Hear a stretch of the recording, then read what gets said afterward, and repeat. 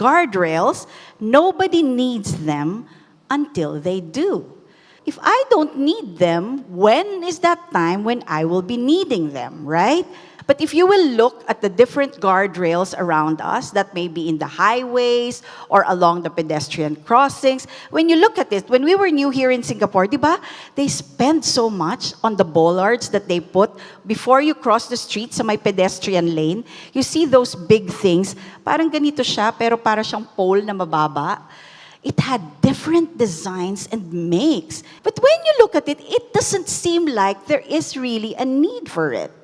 Until you cross the street and you see an oncoming traffic. So allow me to be able to emphasize what I'm trying to say. Let's watch this video.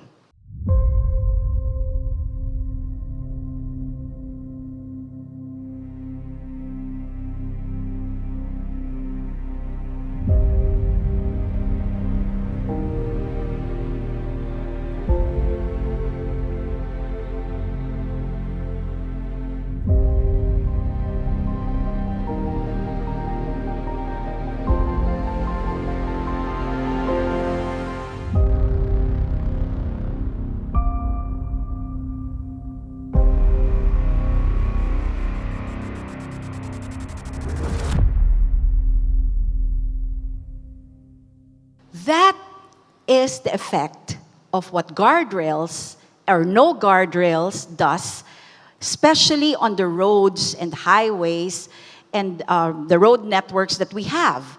We always see guardrails. When we started this campaign, now Pastor Joey and I are now even more aware of the different guardrails around. And did you see the different types of guardrails that are indeed in our highways and in our expressways and even the sides of the road? And do you know that there is a specific branch of road science which focuses on the study of guardrails? What the materials are going to be used, how high they are, how low they are, how wide they're going to be, at which area they are supposed to be placed. And amazingly enough, the amount of development that has been placed on the different kinds of guardrails is so tremendous. It was just mga hardwood, the different hardwoods that we had, and then they moved to metal. So kaya most of our guardrails are made of metal. But even the thickness of the metal that's going to be used, what kind of metal, the way it is curved and bent, they put that to a test. And studies are placed, and a lot of money and funding is placed so that these guardrails will serve its purpose. And what is that purpose? That purpose is to be able to keep the drivers, motorists, passengers, pedestrians safe. That is why when we look at the different guardrails, we see that, wala naman tong silbi. But indeed, Pastor Andy was so wise enough to say that, yes, nobody needs it for as long as you are there placed in what the roads are designed to be used. If you are obeying the speed limit, if you are there on the right, the right section of the road, then there are no guardrails to be placed and there are no guardrails that are needed. But road science, men have already found how useful guardrails are because they keep you safe. But what really are guardrails? Pastor Andy Stanley, the author of Guardrails, had this to say: guardrails are designed to keep vehicles from straying into dangerous or off-limit areas. It is so amazing that Pastor Andy put it so wisely that guardrails are not put in danger zones, but they are placed in safe zones. Even before you go into the danger zone, that is where the guardrail is placed. So guardrails are placed in safe zones rather than danger zones. Let's look at what Merriam-Webster Dictionary had to say about guardrails. He said that guardrails are a railing guarding usually against danger. especially a barrier placed along the edge of a highway at dangerous points. So again, it is said that guardrails are not placed where the danger is at already. Guardrails are placed before the danger points. But did you notice the definitions? Most of them are saying that guardrails are actually on the roads, expressways, and highways. But did you know that there are also other guardrails in our lives? For our golfers, our sports, they have guardrails.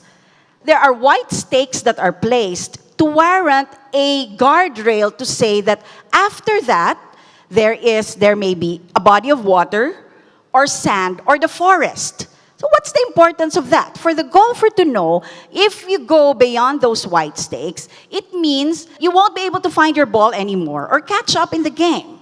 For professional golfers, that's a big thing because that means they're going to lose points, they're going to lose the prestige, the trophy, and much more. They might lose the money. In tennis, you cannot go beyond a certain line, otherwise you are deemed to have been fouled. Anything or anyone who goes out of bounds from the guardrail that has been established is in danger of injuring himself, losing a point, or going out of the game altogether. But our lives have also guardrails that are established. There will be guardrails upon guardrails upon guardrails that will be taught to us so that we will be able to live safely and be able to understand how it is to be able to live right. If we do not put guardrails in our relationships, as spouses, boyfriend, girlfriend, as friends, as koinonia mates, there have been a lot of marriages that has suffered and been broken because of sexual guardrails that has been broken. Even in church, in ministry, we hear of several leaders and pastors who have overextended their moral guardrails or broken their moral guardrails, thus failing. And the pain cost, not only in their family, but the church family has been tremendous if guardrails are not put in place. Our business guardrails, our work ethics, CEOs and CFOs have been heard of falling simply because their financial guardrails or objectives have not been put in place. So for the next 15 weeks, we will be able to understand and see, sige nga po, what guardrails should we be putting up alongside our lives, between our relationships, in our work ethics, and even in our service in church. And in these 15 weeks, most especially today, if there is something that I would like you to understand, it is this, after going through the definitions, that guardrails are blessings. Guardrails are blessings. But if you're going to tell me, Tita Barry, guardrails are so restricting. They're so restrictive. They confine us. They put a limit to our... No. All throughout this conversation today, allow me to be able to defend that position, that guardrails are blessings. Remember me telling you that these are placed on safe zones? Thus, they are such a blessing because they keep you safe. They protect us. They do not only protect you, but they direct you. They teach us where to go and up until where we could only reach. They are also very freeing. I have this leeway of freedom to be able to reach until here and still feel safe after going through there. So I hope that you are all on board and be able to understand that, yes, guardrails are blessings. And let's entitle this conversation today as Choose Life. Guardrails are placed to keep us away from danger. And if you are safe, then you will have life. But having life is still a choice. It is choosing between life or death, blessing and curses of how we are going to be conducting our life. When we know how to conduct our life rightly, then that means that we will be able to live our lives in a blessed manner. And did you know that God does not want anything less for us, but to bless us? He is such a blessing God right from the very beginning. In creation, you know what He did? He prepared everything for us to be able to bless us and give us a life that is worthy to be living. That is God's design for us. He wants us to live a life that is blessed. So that's why even in the beginning of the garden, He already showed Adam and Eve everything that He has prepared for us. You want to eat fruit, you're hungry, just pick up fruit from there. God has already prepared and only established one guardrail. He said, from among the fruits of the garden, you are going to be able to eat everything except one. There was just one guardrail that God placed in the garden. For us to be able to choose life, we have to be able to understand where God is coming from and how God is going to give that life to us. Please turn your Bibles to Deuteronomy chapter 30. Yes, Deuteronomy chapter 30. Deuteronomy is actually Moses' parang litanya for the whole people of Israel. And look what I found. I found a mind map of the book of Deuteronomy. The book of Deuteronomy is actually about choices. It's about how we are going to choose between life and death. Moses, if you remember who Moses was, he is leading Israelite people out of Egypt and into the land that God promised them. If we remember Moses, what comes to mind? The plagues of Egypt and how they overcame it. Of course, who would forget the parting of the Red Sea? Tremendous call. He is, I think, up until now, one of the greatest leaders ever to be called into that. It is such a prestigious, honorable position to be able to be called by God and to lead His people out of captivity and into freedom. And here they are, after all of these years of going around into the desert, they now finally see the promised land. And Moses, in his mind, he knew very well how these people were. Because remember, all of those miracles, all of those very public things, accomplishments that Moses did, but we forget the behind-the-scenes story. Moses was leading a people who were under captivity for 400 years. These were the people of Jacob, who were called and renamed as Israel, as a sign that they were God's people. And the Israelites knew that they were specially called to be God's people. But because of their disobedience, once again, they were placed under their captors, the Egyptians. 400 years have passed and they were still there. So what do you think was happening? These people that Moses was trying to get out from Egypt into the promised land, as God has promised them to occupy, were a people who did not have any tinge of Israel in them anymore. 400 years, they were living as captors. They were being shouted out, screamed at, gawin mo to, do this, do that, go there, go here. That was how they were living. The produce, the ration food, they don't know how it is to eat like an Israeli anymore. They knew how it was to eat by what the Egyptians were providing for them. They married, they grew their families, they had children. 400 years. The first generation who were there are no more. And the current generation who are now there do not have a tinge in their heart or in their mind anymore of how it is to be the called people of God. They saw Egypt. They dreamt Egypt. They smelt Egypt. They even had Egypt in their stomach. Israel did not know how it is to live in freedom. They did not know how to be able to relate themselves, rule themselves, govern themselves. That was a big deal for them. And this was the greatest challenge that Moses had, bringing a people of captivity and leading them into a life of freedom. That's why if you will read Exodus, time time and time again, they would grumble and complain because they couldn't see where Moses was bringing them. The promised land did not seem to be something that was reachable. As a matter of fact, finally, they weren't able to reach them. A lot of them at this point in time have died. Therefore, Moses found it necessary to bring upon the people the second presentation of the law. That's why it is called Deuteronomy, the second law.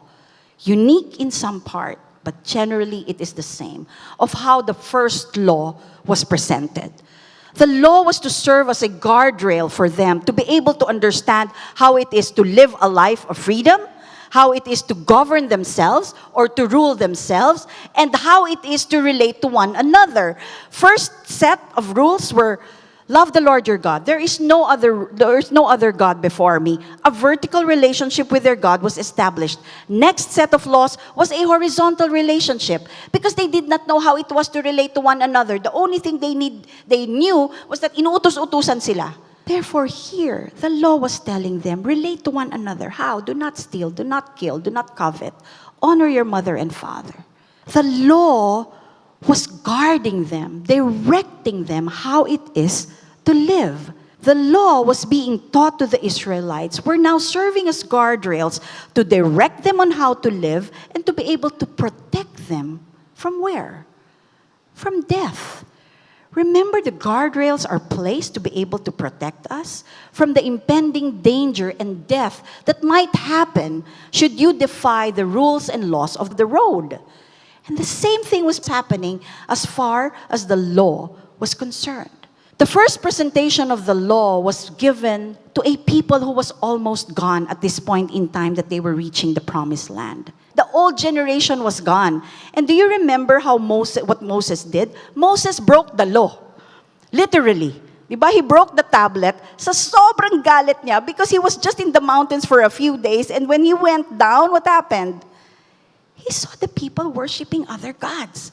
And Moses already told the people, the book of Deuteronomy will show you what blessings and curses are going to be brought to the Israelites if they obey or disobey God.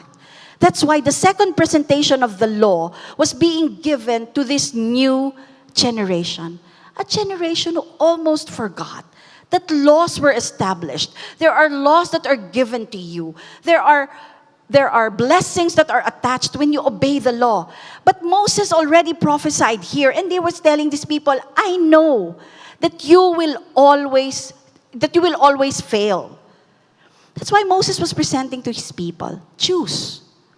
Do you choose life or death? When you are given the choice, life or death, at di mano talaga pupunta ka life, di ba? That's a no-brainer. But mind you, read the Bible from cover to cover, and you will see time and time again, man would choose death. What does that mean? We always choose to disobey. Because life, when we choose life, that means we are living in obedience with God. We have put our guardrails and let it serve its purpose. Moses was doing the same to the Israelites. That's why he was presenting to them, when you reach the promised land, let's make sure that you will live a blessed life. Because that is what God designed us to be. That we are going to live lives that are fruitful, bearing fruits, blessed. That we will live a happy, delightful life with Him. That's the clincher. We need to be able to be in the presence of God, with God, in order to be able to live a blessed life. So the law at this point in time was serving the purpose of a guardrail. Let us allow the law to direct you. Where to go? How do I relate? How will I relate to my mother and father? I don't know that because mother and father were always there working while the children were left at home. They don't know how it is to see mother and father. The only thing that they knew was that father was working, mother was doing the food. So the law was directing them how to live their lives and protecting them from sure death. And did you know that even the Apostle Paul admonished us to be able to learn how to live carefully? He said in Ephesians, "Be careful then how you live, not as unwise, but as wise, making use of every opportunity, because the days are evil." We always go into the penchant of disobedience. Why? Because that's the easy thing to do.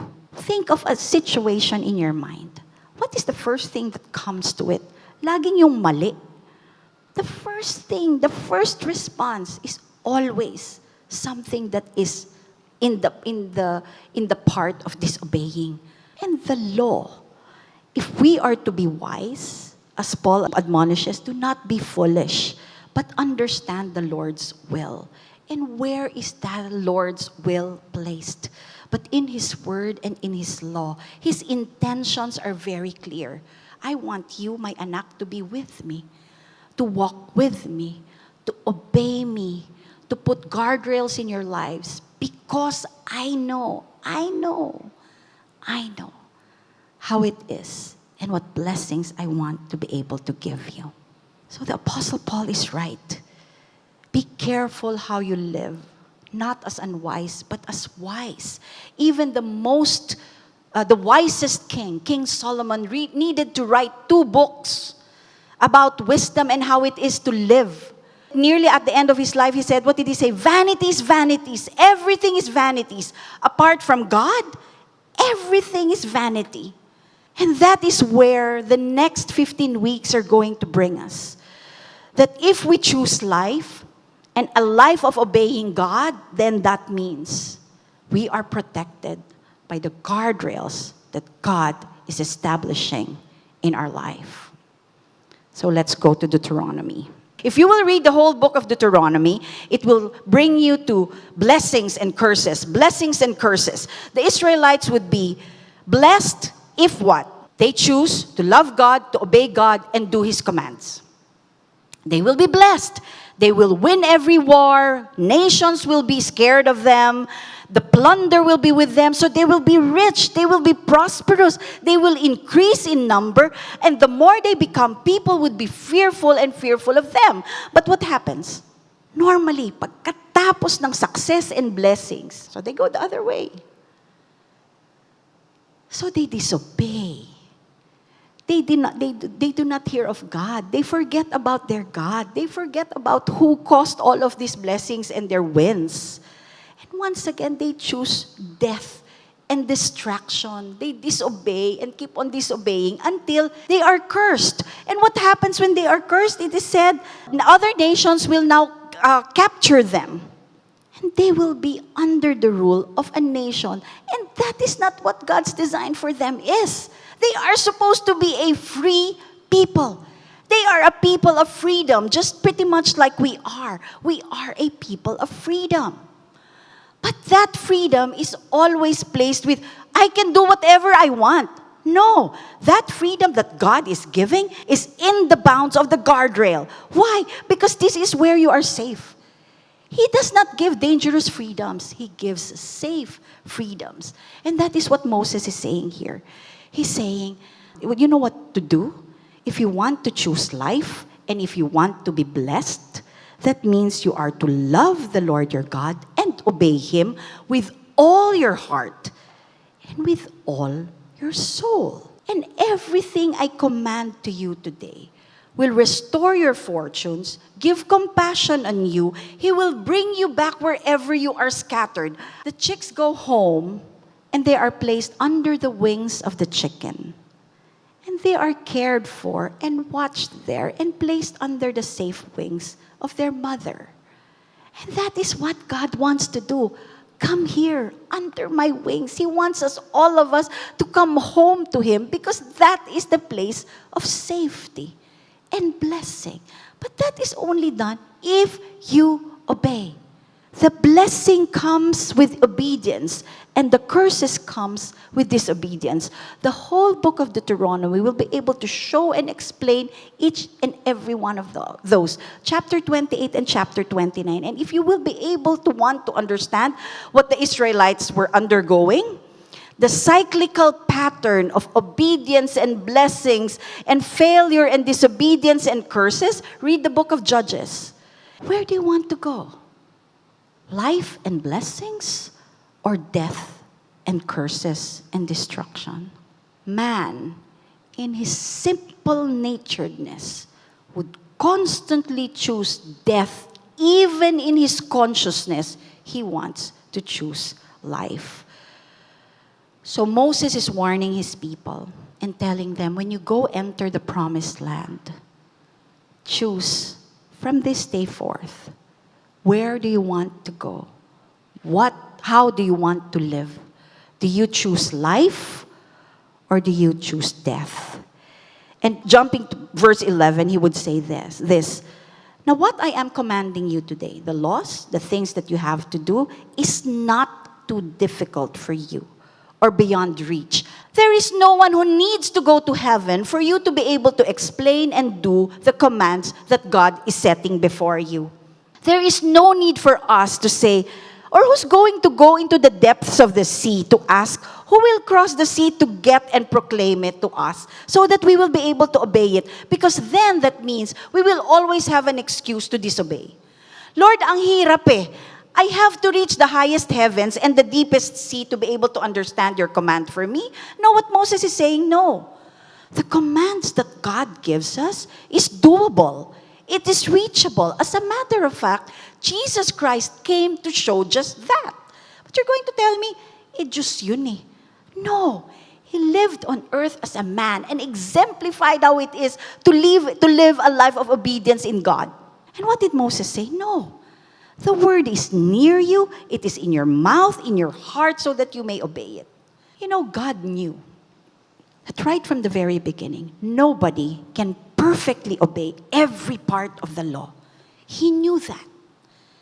And knowing that, He provided a way for us to still be able to reconnect and be able to live a life of obedience with Him. And how did He do that? He gave us a Savior. He gave us a Savior so that we will have no excuse to say, Lord, di ko po talaga kaya, I cannot obey. Am I going to keep within the guardrails that are allowed of me? Or am I going to test? Sige nga, sana hindi tumumba. Sige nga, tingnan ko nga, kung babangga ba ako? Am I going to get hurt? Am I going to get hurt? When we went back to the Philippines, we bought a car. Okay? It was a Lancer, a Mitsubishi Lancer. And during that time, it was touted to be one of the fastest cars that was built during that time.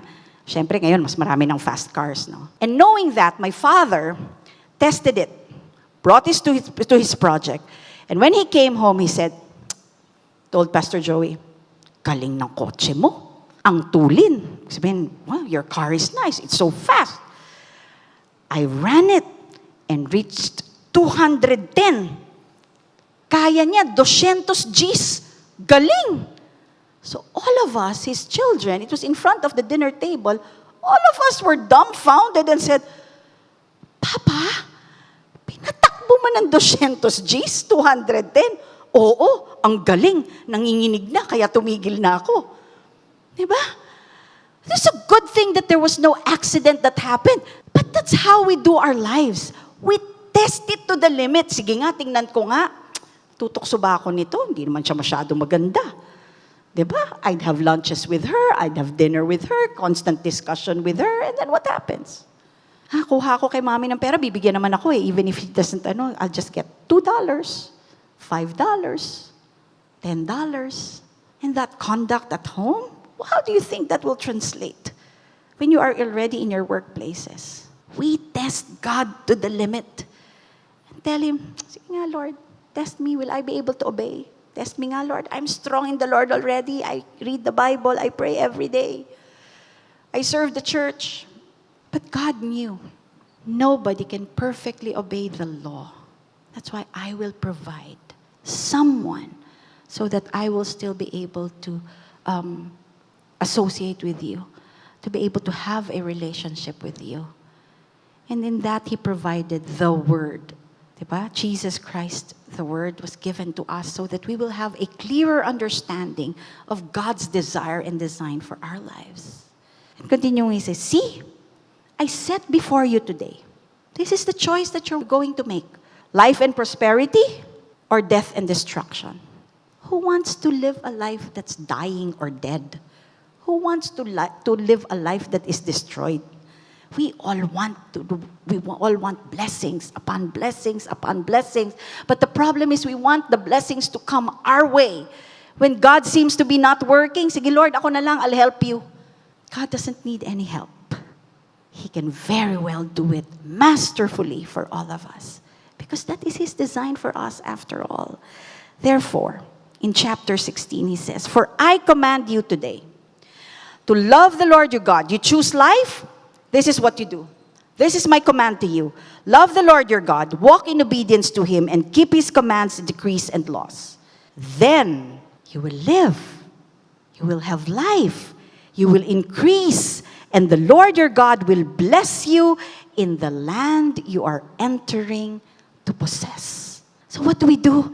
If you want life, these are the guardrails that you have to put up. Love the Lord your God. Walk in obedience with Him. And keep His commands, decrees, and laws. With life comes an objective. You have to walk in obedience. You have to obey God. You have to keep His commandments if you want to have life. And what is the result of that? Life, increase in number, and blessings in the promised land. You choose life? Tell me, will you be able to put their guardrails up? Will you be able to love the Lord? And to love the Lord is with all your heart and with all your soul. There's no second fiddle as far as God is concerned. There is nobody else, kahit no matter how little that space is in your heart for God.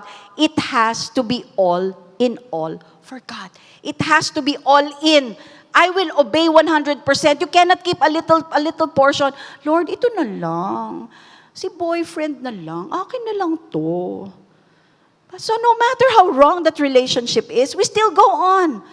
Because we want to keep it to ourselves and say, God, please do not, wag mo itong pakialaman, akin na lang to. You don't know this. This is a matter of my heart. Diba? No. God says, love the Lord your God with all your heart, with all your soul, with every ounce of your body. That's God's demand. You want life? Love the Lord, walk in obedience, and keep His commands. But there's another part. But if your heart turns away, Moses was already predicting. He was already telling his people, you will fail. Surely you will fail. You will disobey. Sabi niya, promise, you will disobey. So if your heart turns away and you are not obedient, what's the effect? And you will bow down to other gods and worship them. I will declare, it's a declaration. Moses was so sure, with all certainty, you will be destroyed. You will not live long in the land you are crossing the Jordan to enter and possess. So if you choose death, may guardrails pa rin. You can still put guardrails to make sure that you're going to go to that section. What is that? Turn away from God, not obey, worship other gods. You see, why is worshiping other gods such a big thing to the Lord? It's because He wants you to love Him with all that you've got. There cannot be other little gods, letter G. What's the result of that? Death, destruction, and short lives. You will not be able to enjoy God's presence in the land that He has promised you if you choose death, if you choose to turn away from God, if you do not obey. Don't you notice that there are times when you're far away from God, everything is just so messy? Parang walang direksyon, ang gulo-gulo. Trabaho ka naman ng trabaho. Why is there no satisfaction? Why are you not happy? Why are you not pleased? When you're supposed to be happy with everything, you have a beautiful girlfriend, you have beautiful work, your family in the Philippines are doing well. But still, parang may kulang. There's something wrong, there's something kulang, there's something lacking. That's why Moses challenged the people and say, this day, I call the heavens and the earth as witnesses against you, that I have set before you life and death, blessings and curses. Moses was telling them, eto ha, I'm showing it to you already. I'm laying out everything to you. If you want life, you will be blessed. If you want death, surely go ahead. But curses are going to follow. And be warned, because that is where you are going to go into again. And then, Moses declares to his people, now Now, right this very moment, choose life so that you and your children may live. Choose life. You want to continue on living and enjoying the presence and the blessings that God has prepared for you? Choose life. That you may love the Lord your God, listen to His voice, and hold fast to Him. You know what we do? When we have troubles, when we have problems, we go to God and demand Him to answer us. Lord, ba't di mo ako sinasagot? Lord, ba't di mo ako sinasagot? Lord, ba't di mo ako sinasagot? Nandiyan ka ba kay Lord? Are you with God? Are you in the presence of God? Is He still there with you when all this time you've been living your life alone? Going through the path of destruction. And then you say, Lord, you're not listening to me. You're not listening to me. And Moses is saying, choose life. Tama na. Stop living a life of destruction. Choose life so that you and your children may live. You see how God does it? That's why God said your children are your inheritance. Because when I bless you, I will bless your children because they are your inheritance. The inheritance that I give for you transcends to them. So obey God because your relationship to God will translate to your relationship with your friends and family. So He said, choose life, choose life, choose life so that you and your children may live. And that you may love the Lord your God, listen to His voice, and hold fast to Him. You can only hear God's voice when you are in a relationship, when you are in so much in love with God. For the Lord is your life, and He will give you many years in the land He swore to give your fathers, Abraham, Isaac, and Jacob. Remember what I told you a while ago? 400 years. 400 years. The Israelites were so far away. I don't even know. Do they still remember Father Abraham? Do they still remember the promises that God gave them? Do they still know Isaac? Do they still know that they are the people of Jacob? Do they still remember that they were called by God and renamed Israel to be called His special children, His special people? But at this point in time, 400 years down the road, 40 years in the desert, do they still remember? But time and again, they would grumble, bring us back to Egypt.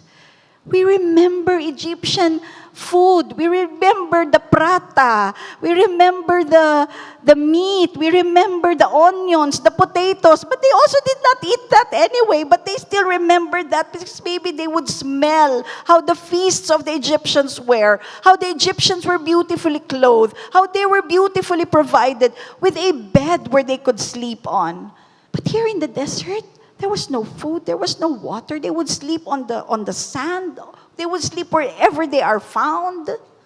And time again, the Israelites would tell Moses, balik mo na lang kami doon. Did you bring us here to kill us? Because men would normally desire for what they think is comfortable for them. But what did God say? Limited yung mind mo. You don't know where I'm bringing you. You don't know the end of all this. But in God's providence and wisdom, He knows, I will bless you. I will bless you and you will be satisfied. That's God's promise. I will bless you that you are satisfied. The problem is not nasaan ang ating satisfaction. So what do we do? Galing, diba? Moses is telling his people, choose life, choose life, choose life.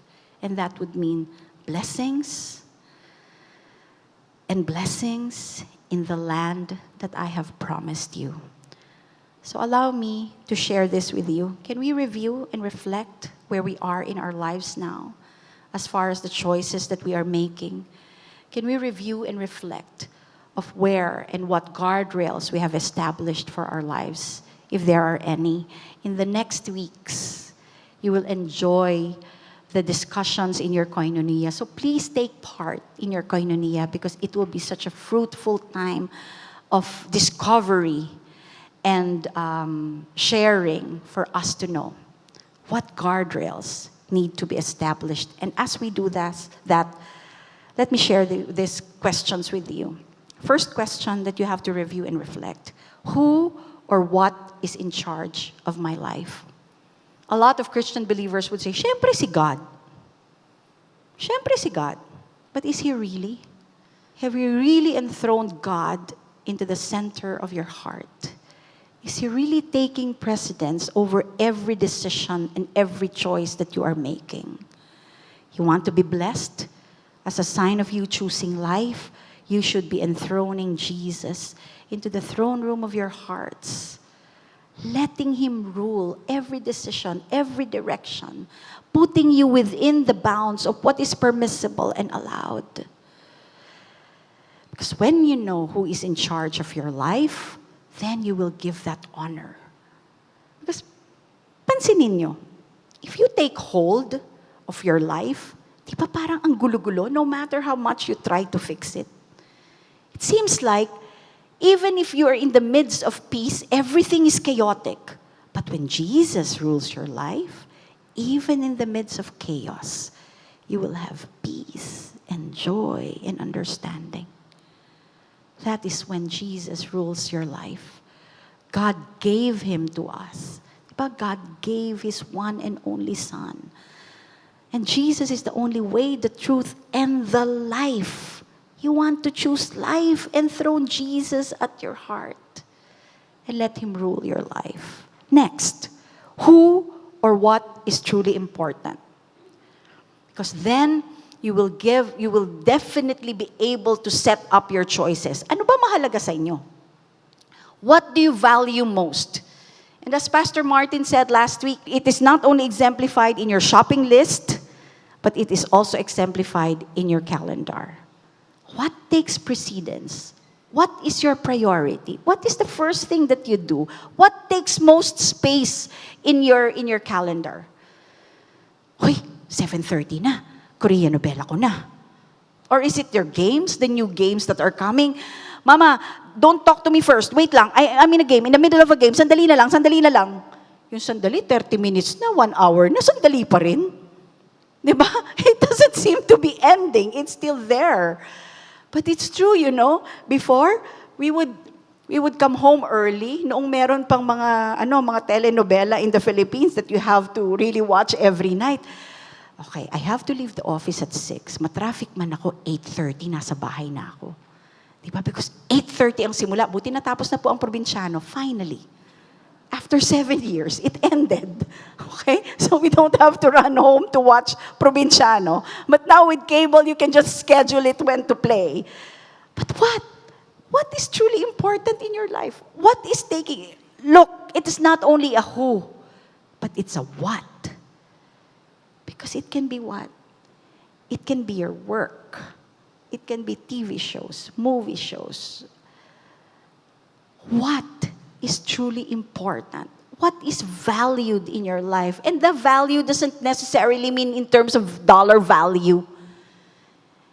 It is what is important. What is giving you value? Because at the end of the day, do we see, what am I worth? Are you just worth equivalent to that Netflix show or that Korean novela? What or who is truly important in your life? Who is taking precedence there? Or who or what is with me? This time, remember I told you that the commands of God was two areas, two-prong, a vertical and a horizontal relationship.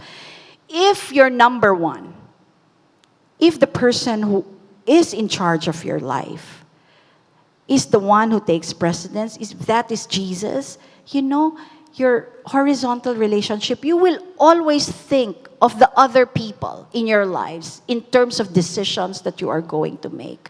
Because we all know that Jesus, when Jesus is enthroned in your life, Jesus is not a selfish person. Jesus is a selfless person, always thinking of the other person more than himself.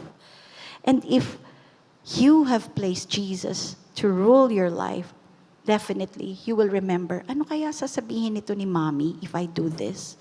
What will Papa say?